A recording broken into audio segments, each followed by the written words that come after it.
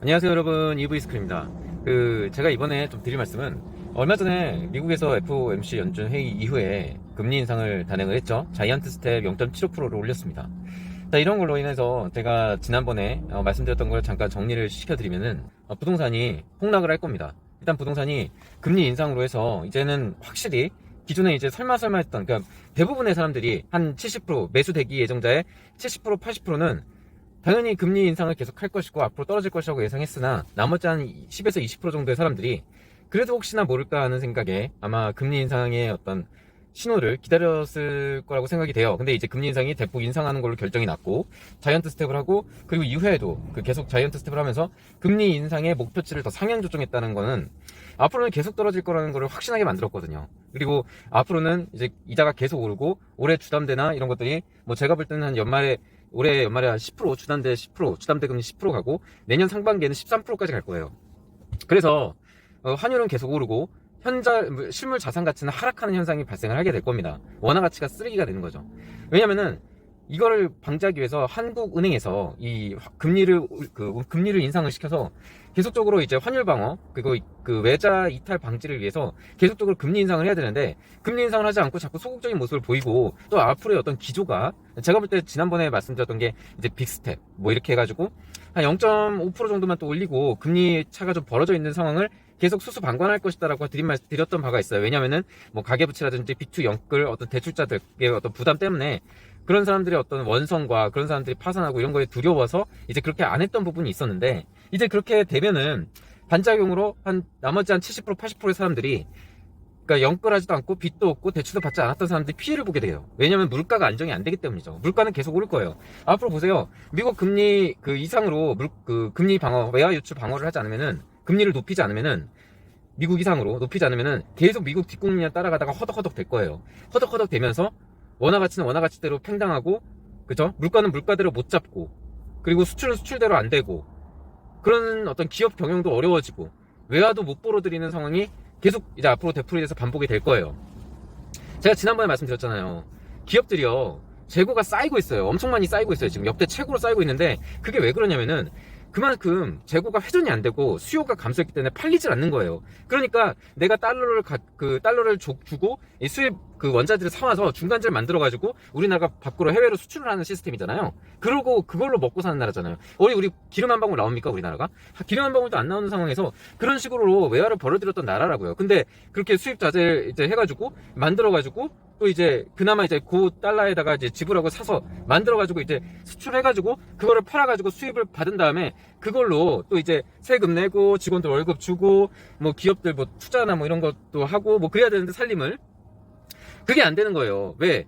안 팔리니까. 만들어 놓은 게 팔리지 않는 거예요. 여러분, 제조업체나 유통업체들 중에 뭐 계신 분들은 아시겠지만 재고 쌓이는 것만큼 두려운 게 없어요. 왜? 자금 유동성이 흐름이 현금 캐시플로우가 안 되기 때문이에요. 그러니까 여러분들 뭐 유통업체 계신 분들은 아시겠지만 왜 유통업체에서는 그런 용어를 쓰거든요. 포워드 스탁 커버라고 해서 앞으로에 있을 재고 회전율을 대비해서 보유하는 적정 재고량이라는 게 있어요. 왜냐면 왜 그런 얘기가 있냐면은, 그 재고를 적정 수준으로 유지하지 않으면은, 혹은 적정 수준보다 많이 유지를 하면 관리를 못하는 거거든요. 왜냐면 그만큼 돈을 많이 써서 재고를 쌓이게 두고 현금 유동성을 그만큼 묶어둔다는 측면에서 관리를 못한다고 평가를 받고, 또 그 반면에 재고가 그 적정 재고보다 적으면은 재고를 이제 매출이나 이런 거에 분명히 팔 상품이 없는 거니까, 팔 재고가 없는 거니까 매출 대비해서 이제 적게 가지고 있으면은 언젠가 동이 나가지고 기회비용이 발생을 한다. 매출이 일어날 수 있었는데 재고가 없어서 못 판 거니까요.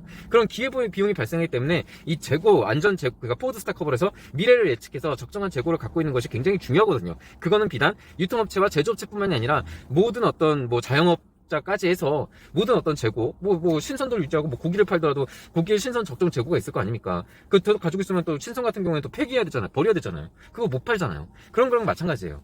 그런 식으로 어떤 재고나 이런 회전율이나 이런 거에 민감할 수밖에 없어요. 왜냐면은 현금 흐름이 그만큼 한정돼 있고, 그 현금 흐름이 바로 어떤 뭐랄까요, 기업의 동맥 같은 존재거든요.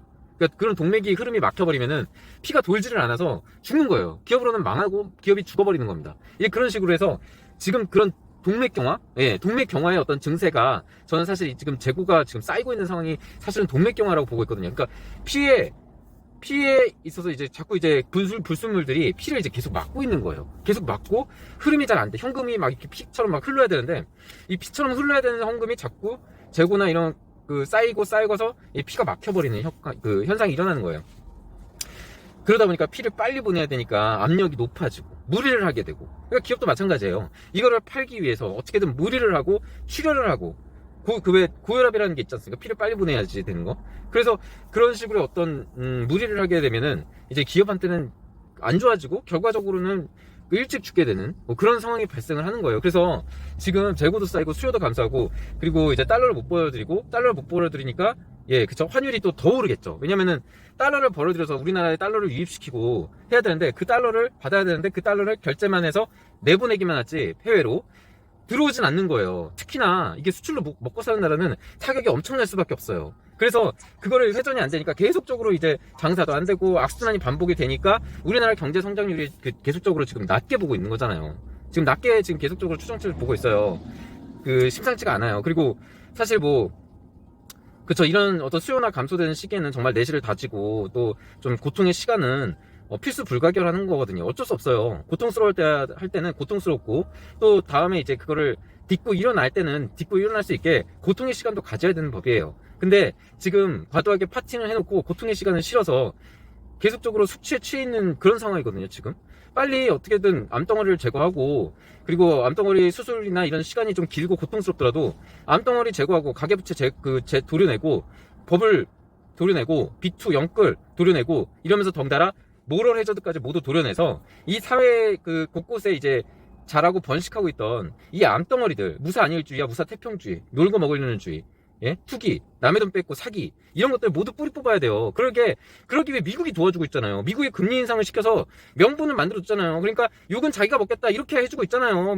미국이 그런 의도가 없었지만 결과적으로는 그렇게 해주고 있는 거 아니에요. 미국이 그렇게 금리 인상을 단행해서 세계에 찬물 확 끼얹어가지고 정신 차리라고 지금 미국의 악역을 도맡아 해주고 있는데 대체 뭐가 문제예요? 미국이 그런 악역을 도맡아 해주고 세계적으로 그런 상황이라는 거를 대다수의 국민들은 인지하고 있어요. 근데 대체 뭐가 두려워서 미국이 그렇게 그 판을 만들어주는데 왜 거기서 아무것도 못하고 있냐 이거예요. 그 일부의 어떤 그런 강성 막 죽겠다 막 이런 비토하고 막 아우성 치고 난리치고 이런 사람들을 위해서 절대 다수의 국민들이 피해를 봐야 되냐 이거예요. 그러니까 제가 드리고 싶은 말은 정부 관계자분이나 혹시라도 제 방송 보실지는 모르겠어요. 하지만 여러분들한테 공유하고, 그리고 정부가 해야 될 거에 대해서 말씀을 드리자면은, 사실상 이런 폭락이나 이런 어떤 뭐랄까요, 그런 어떤 시장 경제 이런 거는 그냥 시장 경제가 돌아가는 대로 둬야 돼요. 왜 지금 정부도 그러잖아요. 시장 경제 그대로 둬야 된다고. 맞아요. 이것도 마찬가지예요. 불쌍하다고 구제해주고 이러면은 오히려 악영향이 되고, 오히려 이 어떤 사회적인 전체적인 사회 풍조가 열심히 일하면 손해를 보고 저축하면 손해를 보고, 이런 어떤 풍조를 만들어서 나라에 해악을 끼치는 분위기를 만들 수밖에 없다고요. 그러니까 도려내야 될 때는 도려내고 해야 됩니다. 그래서 괜히 제가 많은 걸 바라진 않아요. 그냥 시장 경제가 돌아가는 대로 두세요. 돌아가는 대로 두시고, 특히나 부동산은 정부 차원에서 어쨌든 공급이나 이런 건 주도를 하기 때문에 정부 차원에서 공급만 적절히 해서 지금 어쨌든 공급이 좀 충분히 되는 상황으로 계속 밀고 나가면서 그때 타이밍에 공급을 해야 될 때 공급을 해주고, 나머지는 시장 경제에 그냥 맡기면 되는 거예요. 대체 왜 자꾸 시장 개입을 하려고 해서 문제를 일으키냐 이거예요. 전 정부 때 어땠어요? 문재인 정부 때 부동산을 28번이나 붙였는데 하나같이 다 오르는 정책이었잖아요. 의도가 그게 아니었더라고 하더라도 옆에서 보는 사람들 입장에서, 실수요자 입장이나 이런 어떤 국민들 입장에서는 일부러 오르게 만들려고 정책을 핀 게 아닌가라는 생각이 들 정도로 너무나 노골적으로 내는 정책 족족마다 오르고, 그러다 보니까 정부를 믿지 않고 그런 게 이제 자꾸 쌓여오면서 지금의 미친 버블을 만들어낸 거 아니에요. 지금 가격이요, 제가 얘기했죠. 지금 가격에 절반 떨어져야 돼요. 지금 예를 들어 20억이면은 5억 돼야 돼요. 5억. 그게 정상이에요. 그리고 그렇게 돼요. 그냥 두세요. 그리고 앞으로 금리 인상이요, 미친듯이 올라가요. 미친듯이 올라가고 0.75 자이언트 스텝 했잖아요. 12월 달에도 0.75, 못해도 0.5 해가지고 1.3 정도는 맞출 거라고요. 그렇게 되면은 주담대 거의 10% 육박하게 갈 거예요. 그리고 내년 상반기 때도 마찬가지예요. 내년 1년 내내 올린다 그러잖아요. 내년 1년 내내 금리 인상이에요. 그거 버틸 수 있겠어요? 내년 상반기에 13% 가고 내년 하반기 때는 글쎄요, 기조가 어떨지 모르겠지만 제가 볼 때는 내년 하반기에 한 16% 가지 않을까 싶어요. 그래서 지금은요, 여러분, 지금은 그 어느 때보다도 현금 파워가 가장 센 시기예요. 현금이 킹이에요. 현금만 갖고 있으면 돼요. 그것도 한국 원화는 이제 앞으로 쓰레기가 될 확률이 높으니까, 제가 말하는 쓰레기는 가치가 낮아질 확률이 높다는 얘기예요. 가치가 낮아질 확률이 높으니까 갖고 있으면 그냥 썩어가는 느낌 있잖아요. 그런 느낌이라니까요. 진짜 돈이 가치가 떨어진다는 게. 그러니까 달러나 믿을만한 화폐로 바꿔두세요. 달러가 제일 좋아요. 달러로 바꿔놓으시고 그걸 보유하시라 이거예요. 예? 그런 가치로 좀 보유하고 계세요. 제가 볼 때는 그게 제일 안전한 방법이고, 앞으로 어떤 환율 기조나 이런 걸 봤을 때 그쵸, 굉장히 어려워질 것 같아요. 그리고 어떤 부동산이나 이런 것도 빨리 파시라는 얘기가 이거예요. 이제 지금 거래에 아예 없다니까요.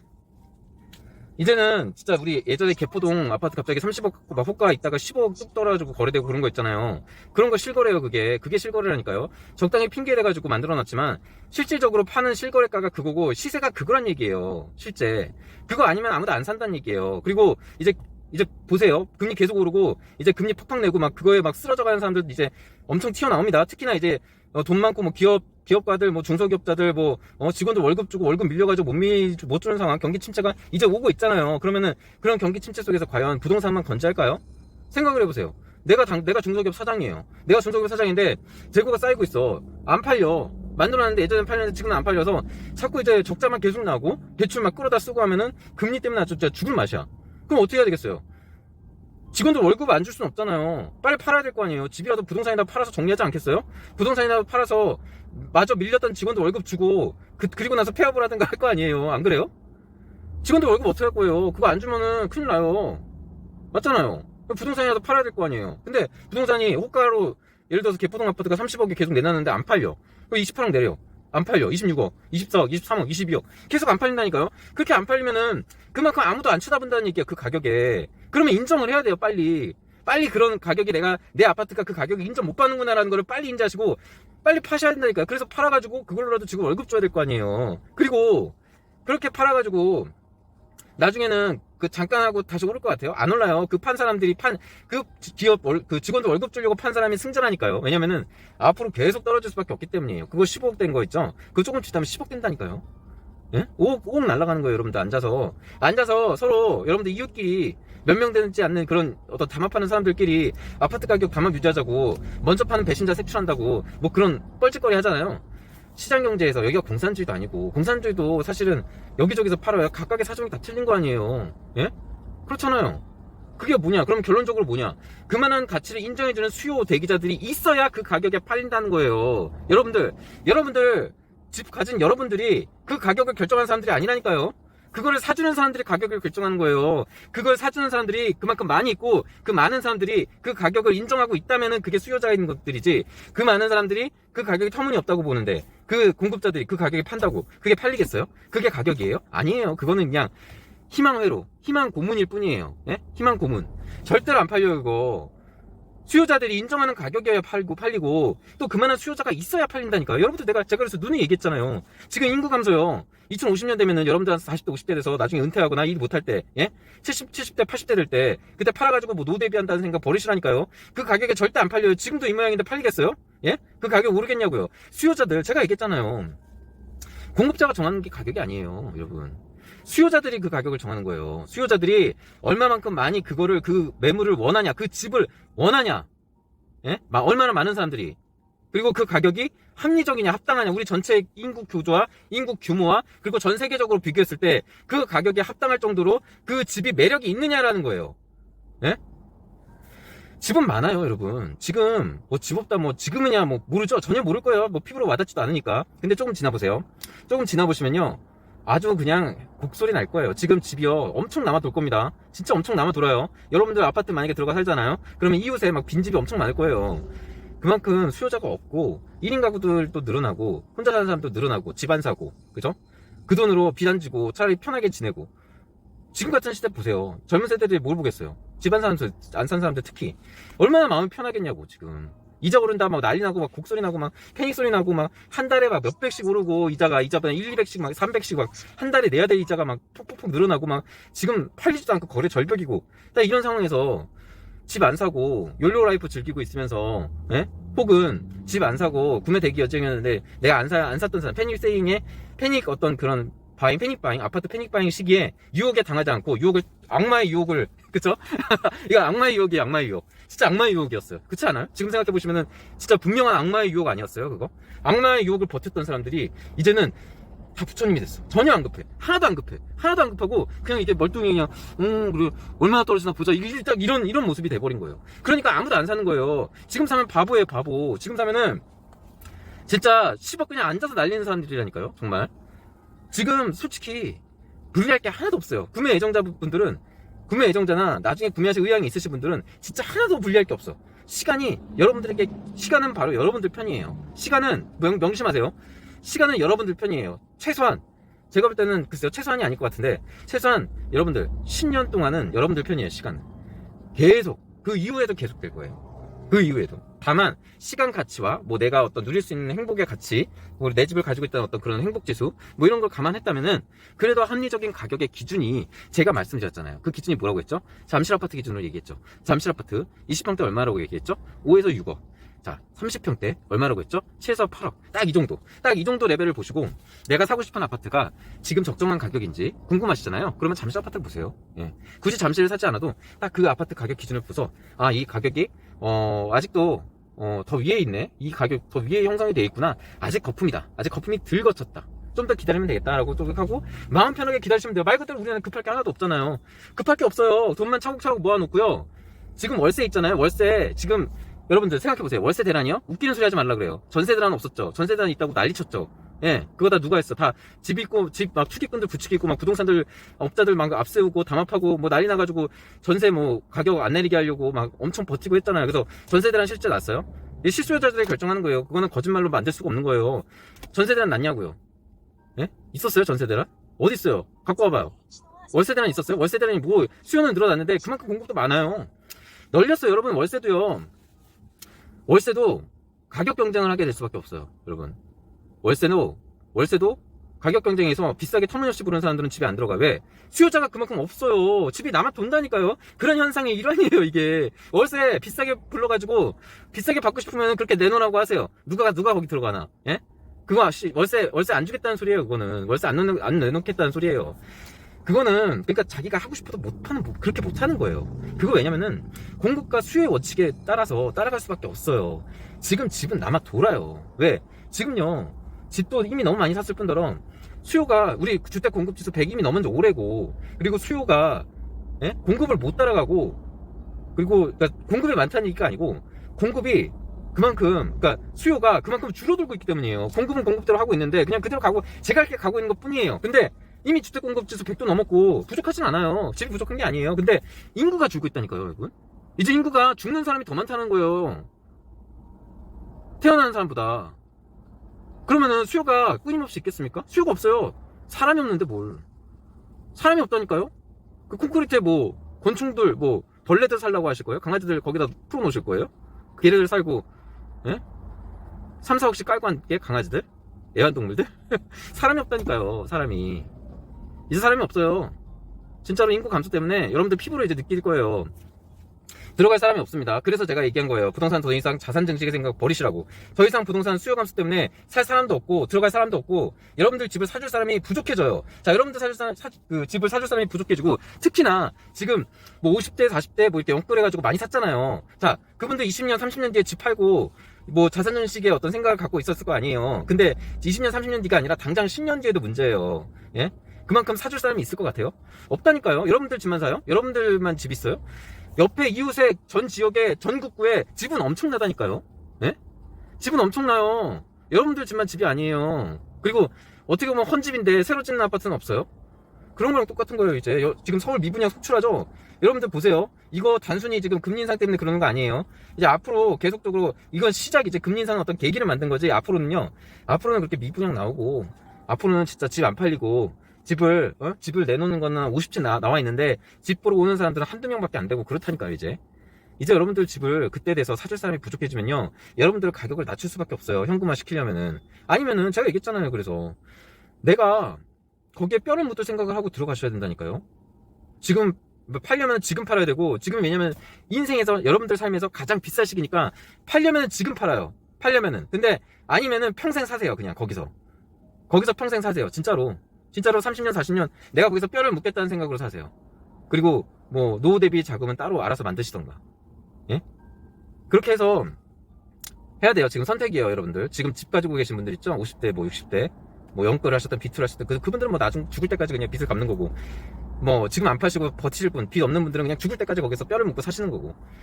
아니면은 지금 파시라는 얘기예요. 지금 파실 생각이 있으신 분들은. 그리고 나중에 내가 정말 살 집을 선택하더라도 그때는 거품이 끼지 않은 가격에 산 거니까 적절한 나머지 돈을 적절한 포트폴리오로 재테크를 할 수가 있잖아요. 내 노후 대비 자금, 노후 자산 증식을 위해서. 근데 지금은 여러분 잘 생각해봐요. 지금 그거 그냥 깔고 앉는 거예요. 깔고 앉아서 죽을 때까지 깔고 앉아야 되고, 깔고 앉는 것뿐만이 아니라 은행 이자 지금 천정부조 치솟고 있죠. 금리 그거 계속 내야 돼요. 여러분들 죽을 때까지. 생각해보세요.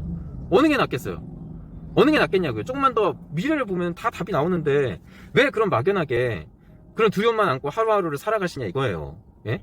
그냥 지금 당장 그냥 강속구로 던지시라니까요. 강속구로 던져야 돼요. 그나마 내가 손해를 덜 보는 길이에요. 지금 계속 갖고 있으면은 이제만 허덕허덕 내다가 평생을 이자의 노예로 살다가 죽을 수 있다니까요. 정말로. 그때 돼서 팔잖아요. 여러분들 근데 사실 지금 막 허덕허덕 대면서 이자의 노예로 살면서 지금 돈을 갖고 집을 이렇게 미리 욕심을 내 주제 이상으로, 내 능력 이상으로 주제 넘게 과욕을 부려서 사서 들어가신 거 아니에요. 근데 그렇게 들어가신 이유가 뭐예요? 예?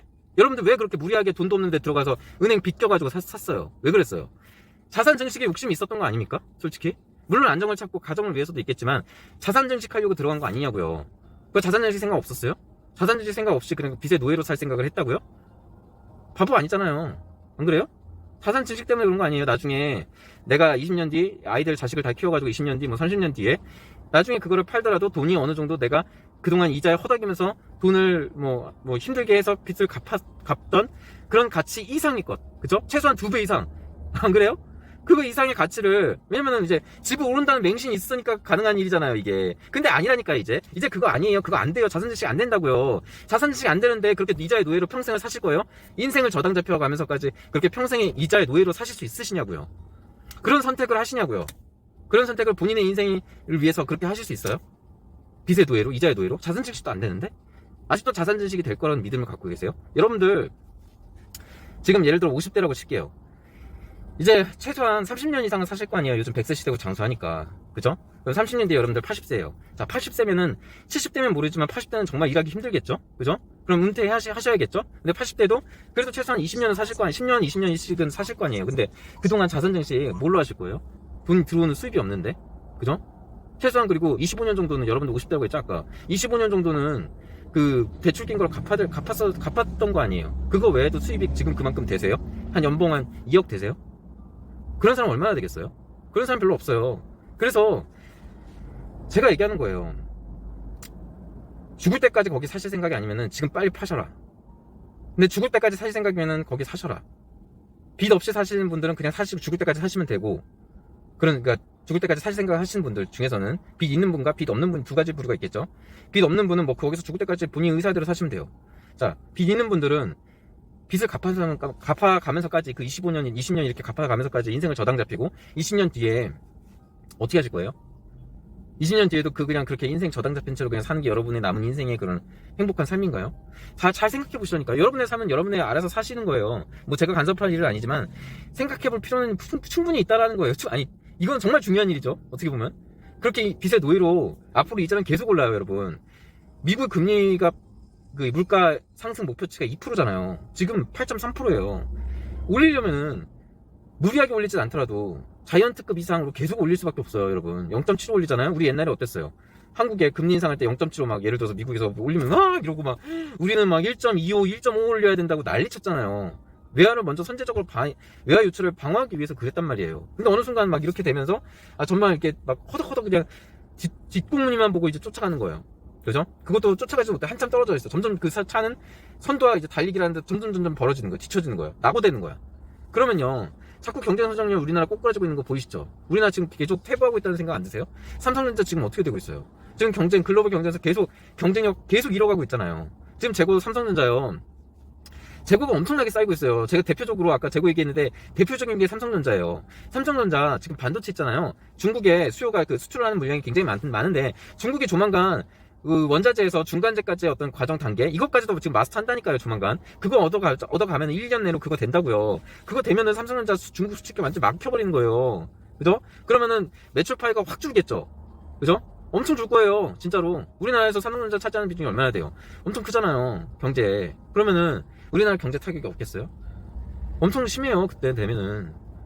게다가 지금 환율도 이 모양이 이 꼴이고. 그럼 어떻게 되겠어요? 앞으로 경제 성장률이 우리가 높은가요? 진짜? 뭔가 부동산이 오를 만한 이유를 좀 알려줘봐요. 예?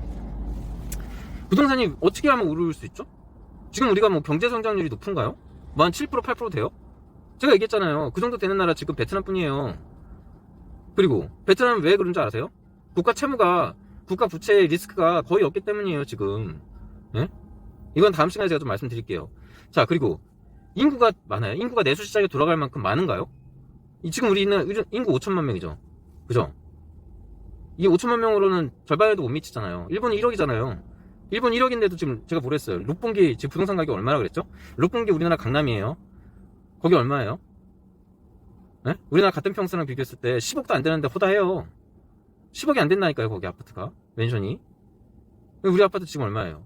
20억, 25억 하잖아요. 30억 되고. 말이 돼요? 그러니까 거품이란 얘기예요, 제가 그래서. 아니, 단순하게만 봐도 거품이 눈에 보이는데, 예? 우리나라가 뭐 예를 들어 경제 성장률이 높다거나, 아니면은 화폐 가치가 뭐 안정적인다거나, 환율이 뭐 안정적이에요, 그렇다고? 예? 그리고 뭐 기업들 돈을 잘 벌는 글로벌 기업들 막 들어오고 있어요? 아니면 우리나라 지하 자원이 많아요? 오일처럼 뭐 예를 들어 가격 상승을 기대할 수 있는 지하 자원이 많아요? 없잖아요. 기름 한 방울 안 나오는 나라예요. 정말 무역과 수출로 먹고 사는 나라라고요. 근데 이런 나라에서 인구 내수 시장도 안 돼서 수출로 해서 돈을 벌어들여야 시장이 돌아가는 구조란 얘기예요. 내수 1억이 안 되기 때문에 인구가 내수 시장이.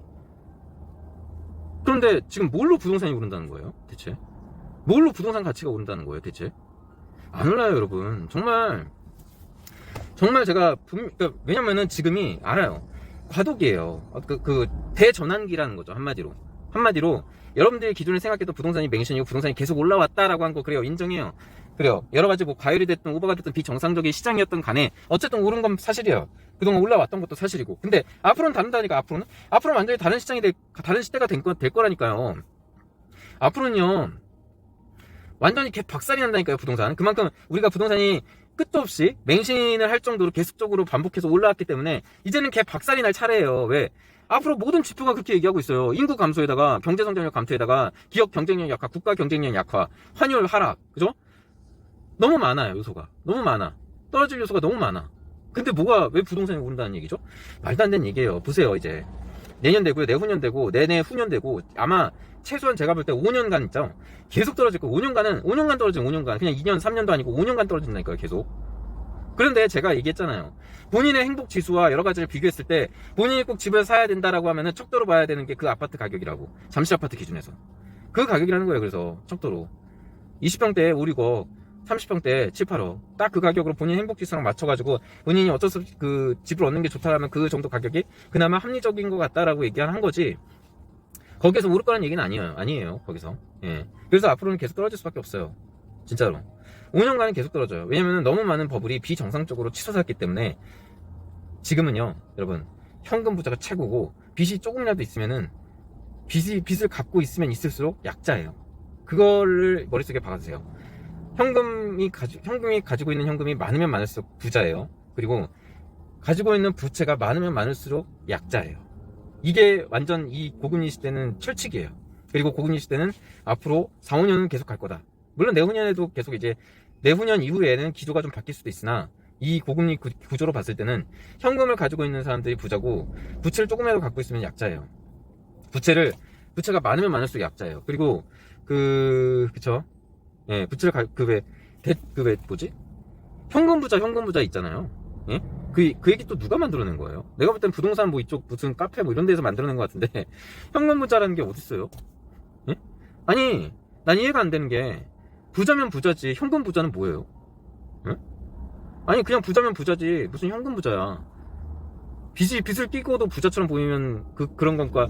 진짜 현금이 있어서 자기 자산으로 부자인 건가? 그런 걸 구분하는 건가요? 왜 그래야 되죠? 부채가 있으면 부자가 아니에요. 그건 자기 돈이 아니니까요. 맞잖아요. 부채가 있으면 그냥 부채가 있으면 그냥 빚쟁이지 뭐예요. 예? 자기 돈이 아닌데 자기 순수 자기 돈으로 갖고 척도로 봐야지. 무슨 뭐야? 예? 뭐 현금 부자? 현금 부자 뭐예요? 그냥 대출 벼락거지 아니에요, 그냥? 대출 벼락거지 아니냐고요, 요즘 말로 해서. 여러분들 벼락거지라는 얘기 이제는 반대로 돌려주세요. 부동산 빚기고 대출 받아서 빚기고 영끌하는 사람들 있죠? 빚투하고, 예? 빚내서 부동산 투기하고 갭 투자하고 이런 사람들 있죠? 그 사람들 대출 벼락거지 됐어요. 벼락거지. 그 사람들이 진짜 이번에 벼락거지 됐어요. 보세요, 어떻게 되나? 왜냐면은 자기 이제 빚만 떠안고 마이너스 인생을 살게 되거든요. 그러니까 여러분들 절대 집을 구매하실 계획이 있으셨던 분들, 혹은 집을 아직 안 사신 분들 있죠? 절대 급하실 필요 없어요. 정말 그냥 부처님 마음으로 팝콘 잘 쌓아뒀나 보시고 팝콘만 먹으면서 한 4, 5년 지켜보세요. 아주 그냥 난리가 날 겁니다. 예, 아주 그냥 여러분들 그때 오면은 진짜 부동산 대박앤세일, 블랙 프라이데이, 부동산판 블랙 프라이데이를 볼 수 있을 거예요. 네, 오늘 방송 여기까지 하고요. 여러분들 어쨌든 그냥 팝콘만 드시면서 편하게, 아주 편하게 마음 가지시면 됩니다. 네, 오늘 방송 여기까지 할게요.